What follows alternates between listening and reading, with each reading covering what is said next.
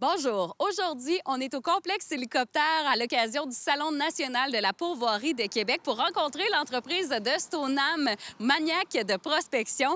Ensuite, Mégane nous fait découvrir l'entrepreneur derrière l'atelier en vrac sur le boulevard Talbot. Et finalement, à l'occasion de la fête des Irlandais, Isabelle s'est rendue à la rencontre de la Société d'histoire de Sainte-Brigitte de Laval. Bienvenue à Vue d'ici.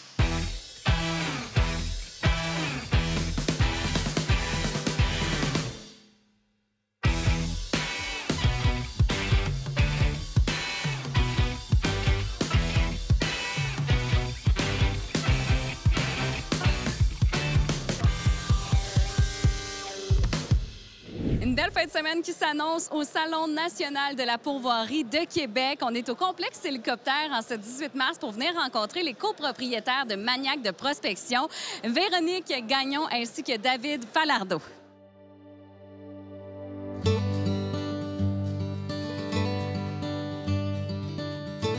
David, ça va bien? Oui, ça va très bien. Merci de nous accueillir aujourd'hui au Salon national de la pourvoirie. C'est un des premiers événements où vous êtes là vraiment avec votre propre kiosque. C'est trippant.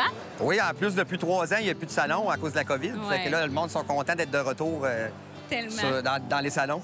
C'est un rassemblement de passionnés. Pour toi, c'est la chasse. Ça fait combien de temps que tu chasses? Ben moi, je chasse depuis que je suis tout jeune. Fait que OK. l'orignal a toujours été une passion pour moi. Puis là, maintenant, je suis un guide de chasse à l'orignal dans la réserve faunique des Laurentides. OK. Dans le fond, moi, j'étais un guide indépendant. Les chasseurs, quand ils sortent au tirage au sort, ils m'engagent pour aller les guider sur leur zone de chasse.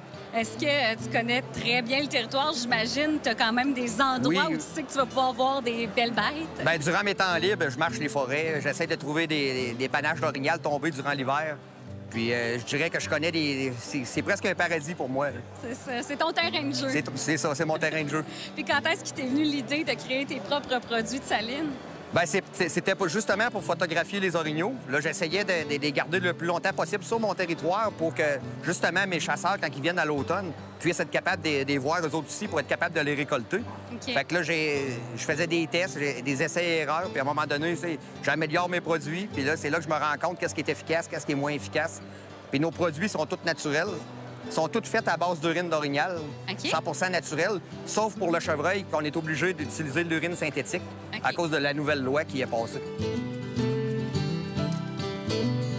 On est présentement au Salon national de la pourvoirie. Véro, ça va bien? Oui, ça va bien, merci. Toi? Oui, je t'appelle Véro parce qu'on t'a vu régulièrement Oui. dans nos émissions à ccap.tv parce Oui. que tu travailles entre autres à la Pasta Shop. Oui.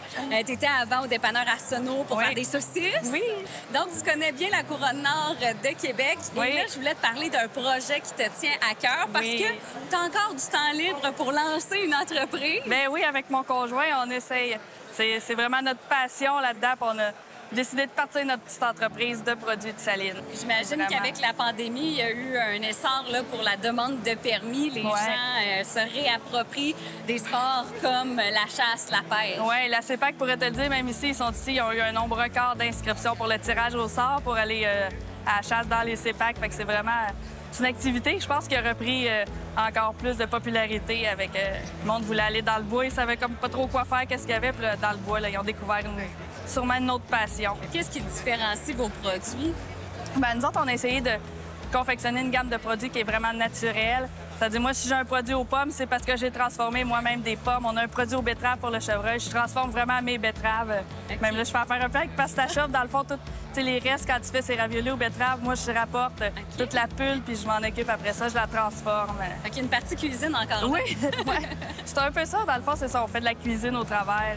C'est vraiment naturel, puis on essaye de faire un produit qui dure longtemps, puis qui est bon aussi pour les animaux. Là, on veut pas... C'est naturel. Oui, Ouais. c'est ça. Puis vous êtes installé à Stoneham, là? Oui. Vous faites ça à la maison? Oui, dans notre garage, OK. on brasse ça à la main. Tout est fait à la main, artisanalement. Qu'est-ce que tu as là, ici à offrir pour les gens qui visitent le Ben, salon? notre meilleur vendeur, nous, c'est la poudre 100 urine. OK. C'est une poudre avec un sel minéraux très fin. On l'a mélangé avec de l'urine naturelle d'orignal. Ça, c'est fait pour mettre au sol, autour de notre saline. Puis quand que le sol est humide, le matin, avec la rosée, l'humidité, elle ressort du sol. Puis l'odeur d'urine, elle se propage partout dans la forêt. Fait que l'orignal, il crée des erreurs, puis c'est là qu'il sort de jour devant nos chasseurs, puis le chasseur peut le récolter. OK. Donc, c'est le produit que vous mettez autour des salines. Autour des salines au sol. Nos produits sont sans colorant, OK. puis sont beaucoup plus denses que les produits des compétiteurs. Donc, quand on va mettre ça sur les blocs de sel, ça va durer sur le bloc. Quand il va pleuvoir, ça va durer très longtemps. Au lieu de se diluer avec la pluie, bien, ça peut durer jusqu'à 6 semaines sur le bloc de sel. OK. Fait qu'en mettant ça sur le bloc de sel, on rajoute des minéraux pour l'orignal. Fait qu'il devient... l'orignal, il en devient dépendant. On a des produits pour les salines. On a les mix à base d'urine. OK. Ça, c'est un mix très dense, fait à base d'urine. Puis il est riche en minéraux. Ça, c'est fait pour être utilisé sur un bloc de sel ou sur une souche. OK. On met environ 250 ml du produit sur la souche. Ça dure 6 semaines. Ça dure 5 à 6 semaines. Oh, wow. Puis l'orignal, ça devient comme un gros bonbon pour lui. OK. On en a aussi pour le chevreuil. C'est sûr que c'est pas les mêmes saveurs, là. Pour l'orignal, on a la saveur ramure. On a la saveur Sagittaria boréale. OK. On a la saveur épicéa. Ça sent l'odeur de conifères. OK. Dans le fond, les orignaux, ils aiment beaucoup ça, frotter avec leur panache après les arbres. Puis c'est souvent des sapins. Fait qu'avec ce mix-là, on est allé chercher l'odeur d'un sapin qui est frais frotté. Fait que quand les orignaux sentent ça, ils sont portés à se frotter après la saline, après le bloc de sel. Puis eux autres, ils rajoutent leur propre odeur en faisant ça. OK. Fait que ça attire les autres orignaux du secteur. OK. Puis là, on a 3 odeurs. Comment on fait? C'est de l'essai-erreur pour voir qu'est-ce que nos orignaux dans le coin aiment? Ou... Si nos sites sont dans des endroits plus humides, on y va avec le mix Sagittaria boréale. OK. C'est fait à base de plantes aquatiques. OK. Puis c'est riche en cobalt. Fait que on va chercher un minéraux que l'orignal a de besoin. OK. Puis après ça, dans les endroits un petit peu plus feuillus, on y va avec le mix ramure. OK. Puis celui que tu nous as présenté avec les conifères, bien, ça serait plus dans le nord, dans les forêts d'épinettes. Les forêts d'épinettes noires, là, c'est ça, c'est le mix idéal. Et est-ce que tu as d'autres produits? J'entendais tantôt Véronique qui me disait qu'elle prend de la betterave, de la pasta shop pour faire un de vos produits. C'est lequel? Oui, c'est notre mix 100 naturel aux betteraves. OK. C'est un mix conçu pour le chevreuil. Ça, c'est un mix qu'on va justement rajouter sur les souches, sur les blocs de sel. Puis le chevreuil en devient très, très dépendant une fois qu'on peut. On peut aussi l'utiliser sur nos pommes durant l'automne. OK. On le rajoute sur le dessus des pommes, fait que ça fait une saveur qui se démarque de nos voisins qui chassent. Fait que C'est sûr. ça nous donne un coup de main en même temps. Vous avez justement aussi un produit avec des pommes. Oui, on a un produit aux pommes qui est semblable aux betteraves, OK. mais c'est juste des saveurs de pommes faites avec des pommes. OK, parfait. Fait que pour avoir plus d'informations, on se rend soit sur ta page Facebook, tu fais beaucoup de vidéos pour expliquer tes produits. Oui, on a une page Facebook Maniaque de prospection, puis on a un site Internet www.maniaquedprospection.com. Génial. Bien, un gros merci puis bon succès avec cette belle merci. entreprise. Merci à vous. Merci.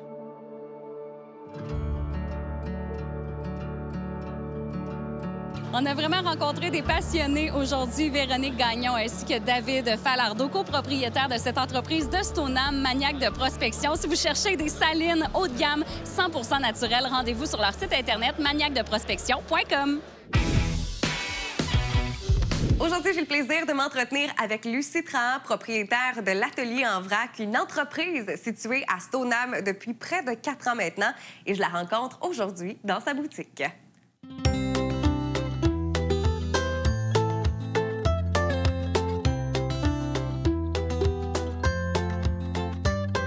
Lucie, merci de nous recevoir à l'Atelier en vrac. Ça fait plaisir. Entreprise que tu as démarrée il y a environ 4 ans. Dis-moi, qu'est-ce qui t'a donné envie de te lancer dans le monde de l'entrepreneuriat? En fait, en 2013, moi, je suis éducatrice spécialisée de métier. J'ai fait des études. Puis en 2013, j'ai fait un épuisement professionnel. Puis suite à ça, ça m'a pris vraiment, je te dirais, 2 ans avant d'être capable de me relancer dans le monde dans la société, disons, tu sais. Puis quand j'ai fait un retour sur le marché du travail, c'est comme devenu là, primordial pour moi là, que ce que je fais, bien, ça soit aligné avec mes valeurs puis vraiment en cohérence avec la personne que je suis. Et Lucie, avant de démarrer ton entreprise, l'Atelier en vrac, il faut dire que tu as sondé la population de Stoneham à savoir si l'offre de vrac les intéressait. Comment est-ce que tu as trouvé la réponse de la population du secteur? Mais ça, en fait, l'idée, elle avait déjà germé en moi. Tu sais, je le sentais, là, c'était solide, toutes les portes s'ouvraient. Puis j'ai sondé les gens, puis moi, j'avais juste besoin d'un petit cue qui me disait « c'est bon, tu sais, les gens vont embarquer ». puis je me suis lancée suite à ça. De quelle façon est-ce que l'atelier en vrac a d'abord commencé? J'imagine que tu as fait un petit bassin de produits parce qu'il faut dire que présentement, c'est rendu un grand atelier, mais on veut savoir comment est-ce que ça a commencé. J'ai commencé à sonder des gens aussi, des commerçants qui avaient déjà une épicerie en vrac. Moi, je voulais savoir, je connaissais rien du domaine là, du vrac, puis l'épicerie, etc. Fait que j'étais comme, c'est quoi que les gens consomment le plus en vrac? Qu'est-ce qui est plus facile à manipuler? Puis j'avais 15 aliments. J'avais une tablette d'artisanat parce que c'est ça qui me faisait vraiment triper, qui m'allumait, tu sais.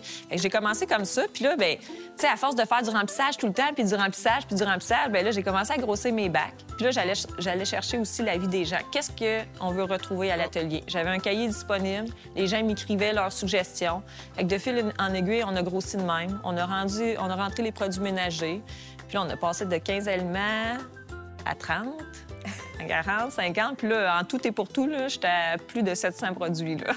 Et à quel point est-ce que ça te rend fière de savoir que tu as démarré tout petit et que 4 ans plus tard, tu es rendu dans un grand local et qu'il y a une clientèle fidèle qui est là pour venir s'approvisionner de tes produits directement à l'atelier en vrac, ton entreprise?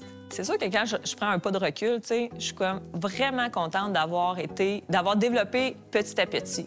J'ai quand même cette fierté-là d'avoir osé m'écouter, d'avoir parti l'atelier, mais aussi d'avoir respecté, tu sais.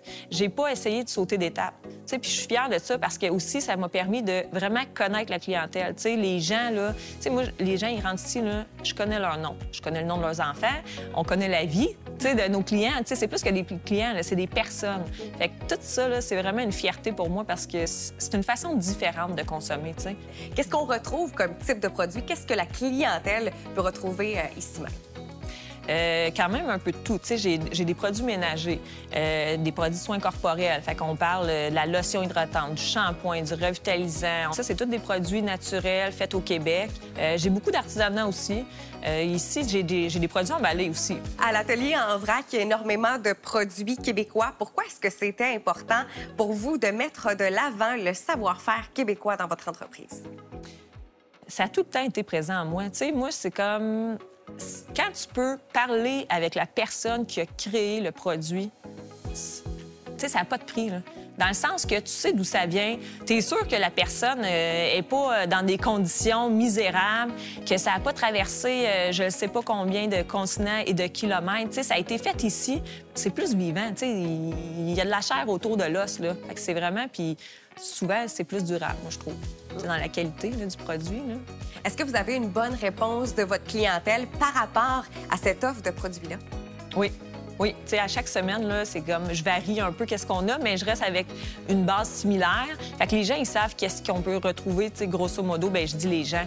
Plus les gens qui sont habitués de venir à chaque semaine à l'atelier, ils savent à quoi s'attendre, tu sais. Est-ce que vous avez sur place des contenants pour ceux qui pourraient, par exemple, oublier leur contenant à la maison?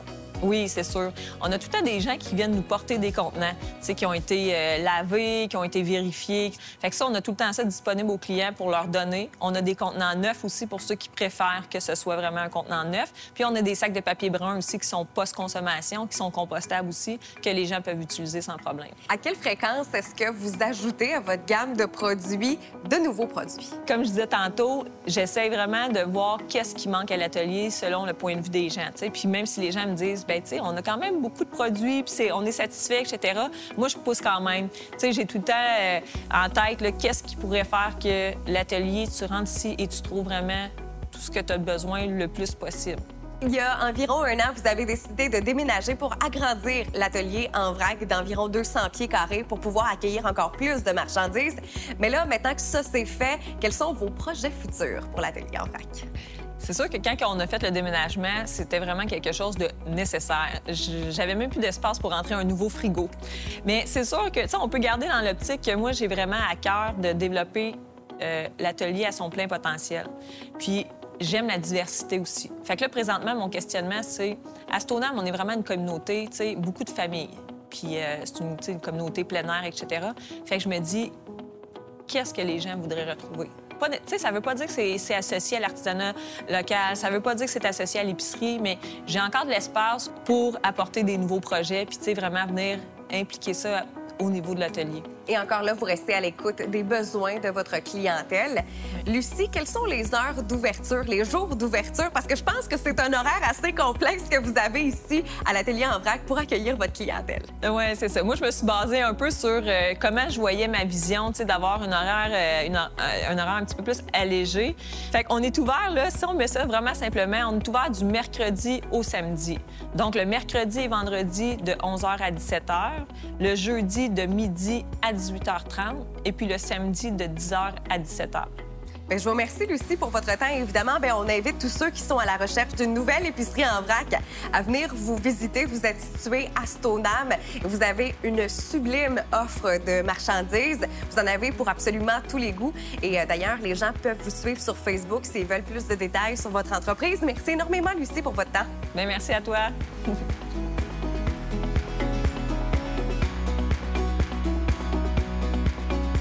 Que ce soit pour faire votre épicerie, trouver une multitude de produits en vrac, faire le plein de vos produits d'entretien ménager ou même pour trouver des idées cadeaux locales, je vous invite à visiter l'Atelier en vrac qui est situé à Stoneham. Aujourd'hui, on va parler d'histoire, de l'Irlande et de la belle ville de Sainte-Brigitte-de-Laval. On va également parler d'art, de sculpture sur bois avec un homme impliqué, un homme fort intéressant, M. Alan Dawson, qui nous reçoit chez lui aujourd'hui.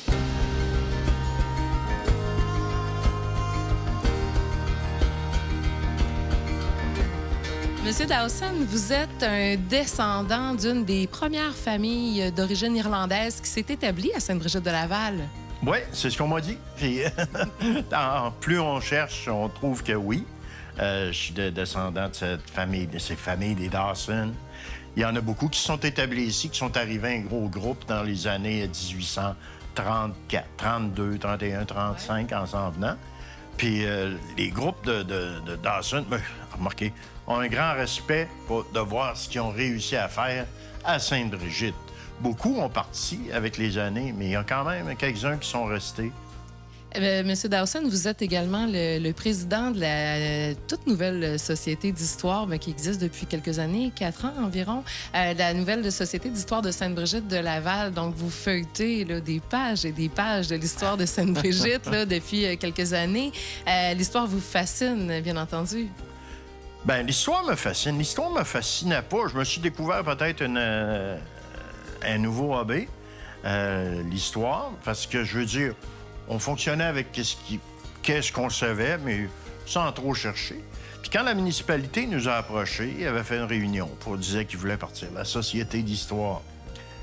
Je me suis senti un peu touché par ça. Tu sais, je veux dire, on sait qu'à Sainte-Brigitte, il y avait une partie de Sainte-Brigitte qui s'appelait Dawson Town dans le temps. Puis il y en avait des Dawson. Allez jusqu'à la fin des années 1870, du Dawson, il y en avait. Du Dawson les Irlandais, c'était la grande majorité de Sainte-Brigitte-de-Laval, des Irlandais. Puis là, bien, ça s'est diminué tranquillement. Les Canadiens français ont commencé à venir. Il y a eu un beau mélange avec eux. Bien, tout le monde s'acceptait, tout le monde a vécu. J'ai pas entendu parler de conflit. Ça, c'est quelque chose d'agréable. Peut-être quand ils prenaient un petit verre, puis ça, les Irlandais, bien, ils étaient reconnus pour aimer prendre un petit verre. Fait que, mais là, dans ce temps-là, peut-être ça devait crier un peu plus fort, mais ça devait être partout pareil. Mais c'était agréable. Puis là, j'ai décidé d'embarquer dans la société. J'ai eu de la belle aide. Margadouri de Sainte-Brigitte, ici. Puis j'avais Noël Fortier, Jean-Sébastien Durand qui se sont joints. Ça a été l'équipe de départ pour la société.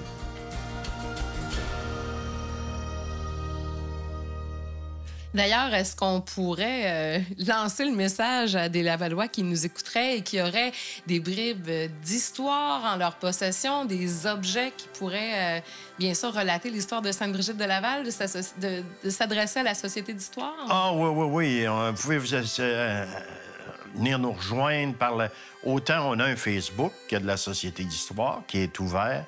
Société d'histoire Sainte-Brigitte-de-Laval. Vous pouvez communiquer directement avec moi ou des gens de la Société, parce qu'on travaille beaucoup la généalogie. On a Yves Pomerleau ici à Québec, à Sainte-Brigitte, qui travaille beaucoup la généalogie des gens.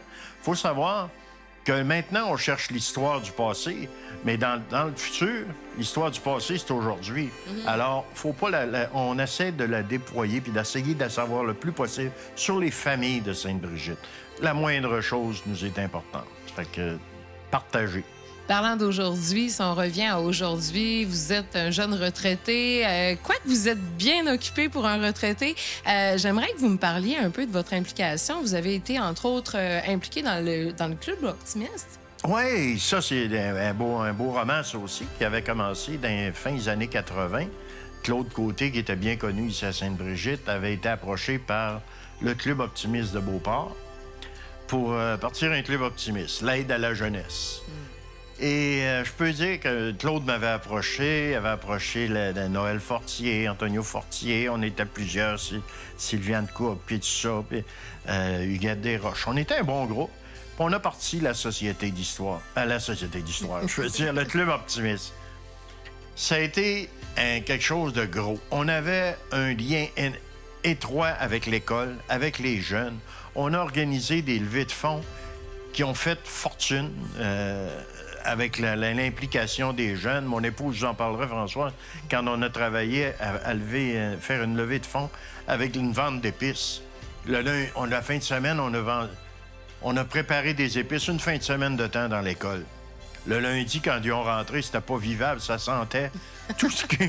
Ils n'étaient pas capables de donner les cours, ça sentait trop les épices dans l'école. Mais on avait réussi avec ça à ramasser des fonds pour les jeunes. On a amené 2 autobus voyageurs de jeunes à Montréal, une journée complète avec les activités et tout.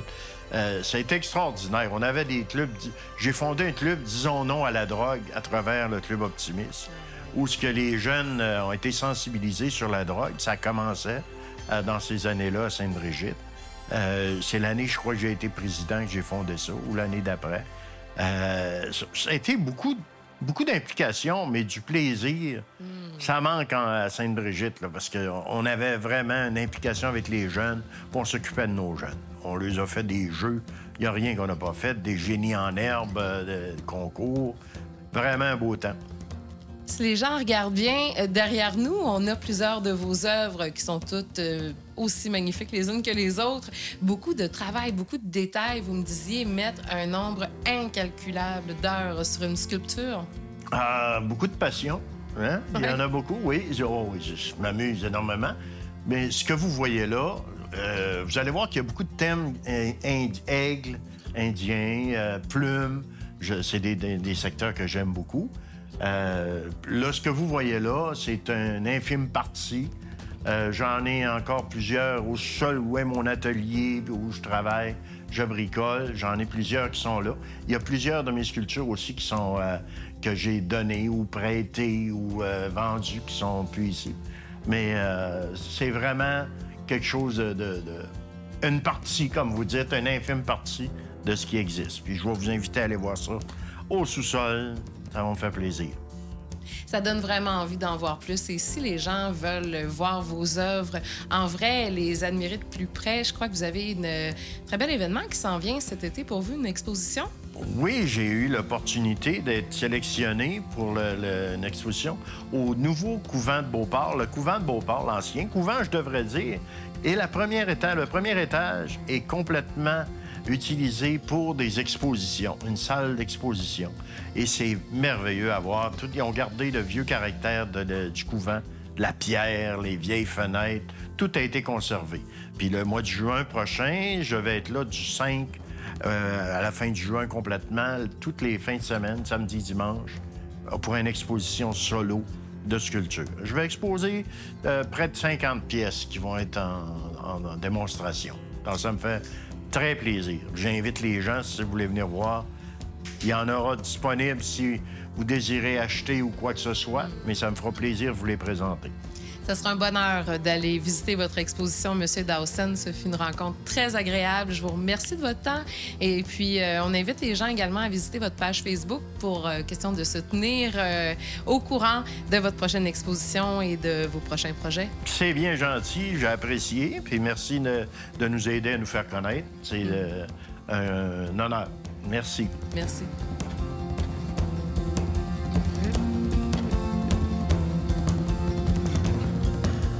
On en a appris un peu plus sur la belle histoire de Sainte-Brigitte de Laval aujourd'hui et l'apport des Irlandais qui sont venus s'y établir avec M. Alan Dawson, qui est le président de la Société d'histoire de Sainte-Brigitte de Laval.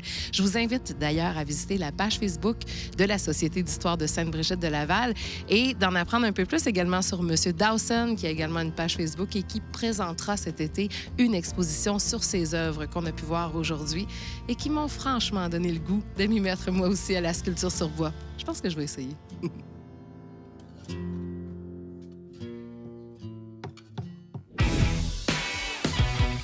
Merci à Isabelle pour ce reportage fort intéressant avec la Société d'histoire de Sainte-Brigitte de Laval. Merci aussi à Mégane Labrec de nous avoir fait découvrir l'entrepreneur derrière l'atelier en vrac. Plus de 700 produits qui sont disponibles sur le boulevard Talbot. Et finalement, ça a été un bonheur pour moi d'en apprendre un peu plus sur la chasse avec Maniac de prospection. Je vous invite d'ailleurs à visiter leur site Internet, maniacdeprospection.com, si vous avez besoin de salines écologiques pour la saison qui approche à grands pas. Si vous voulez voir ou revoir nos émissions, rendez-vous au ccap.tv. Et si vous avez des idées de reportages, n'hésitez pas à nous écrire au info@commercial ccap.tv.